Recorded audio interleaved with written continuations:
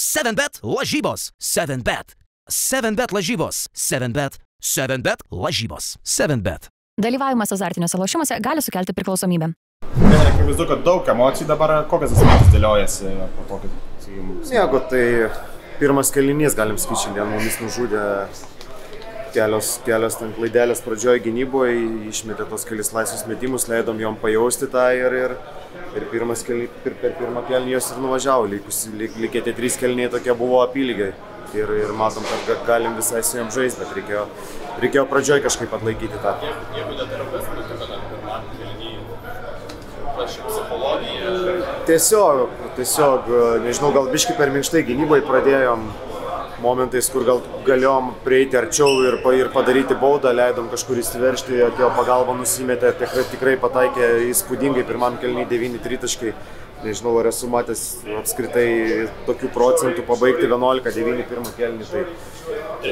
Trenerį Eglė Šventuraitė po rungtynių sakė, kad reikia luptis, reikia duoti atgal. Per pirmosius 2 mačus grupiai Bolonių lupatės, prieš Italijas gal irgi pritrūko to. Kas pasikeitė komandai? Kodėl nebėra tų tokių lūpimuose?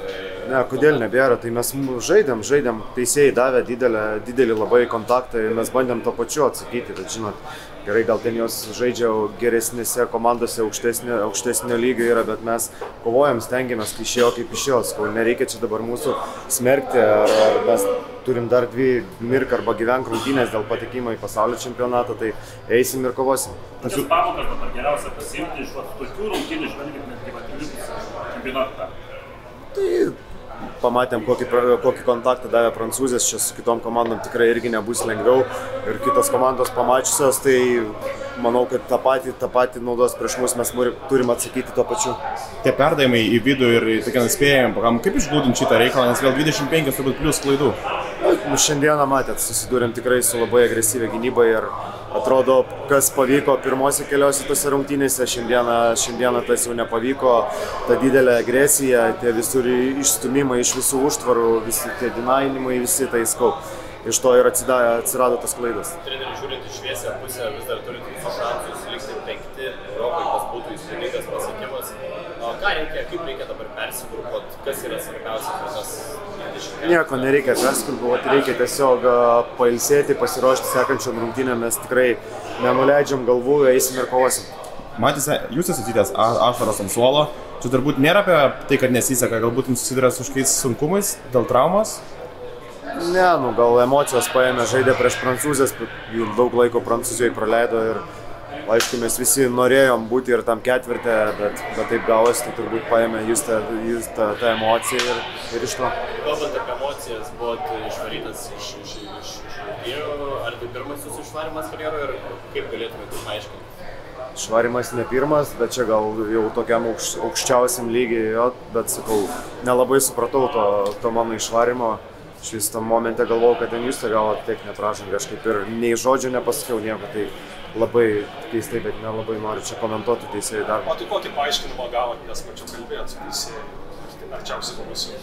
Kad ranka pamojau, nesakau, likau labai nesupratęs. Abi techninė šiaip skyrė jums Lenkijoje, Vitre, man atrodo, tai nuo pat pradžių jautėt kažkokį negatyvą šios pusės? Ne, nejaučiu, aš sakau, nenoriu komentuoti.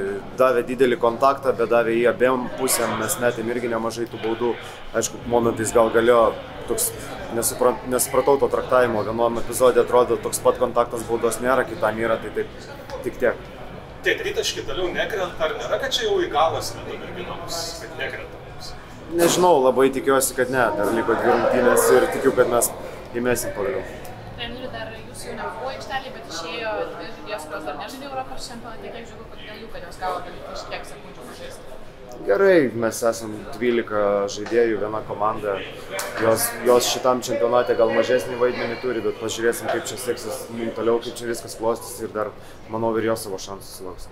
Kaip apskritai jaučiat visą tą palaikymą iš išorės, nežinau, media, žmonės, žinutės, kiek jaučiat tą visą palaikymą, kad esate čia ir esate užsienio geriausiai? Jaučiasi, kažkiek stengiuosi ir atsiriboti nuo tų visų socialinių tinklų, per daug neskaitinėti, bet malonu, kad žmonės domisi, labai norėčiau, kad mūsų ir nepasmerktų, vis tiek žaidėm prieš top pasaulio komanda, galim sakyti. Tai tikiuosi, kad ir toliau mus palaikys ir pabandysime iškovoti tą kelialapį į pasaulio čempionatą.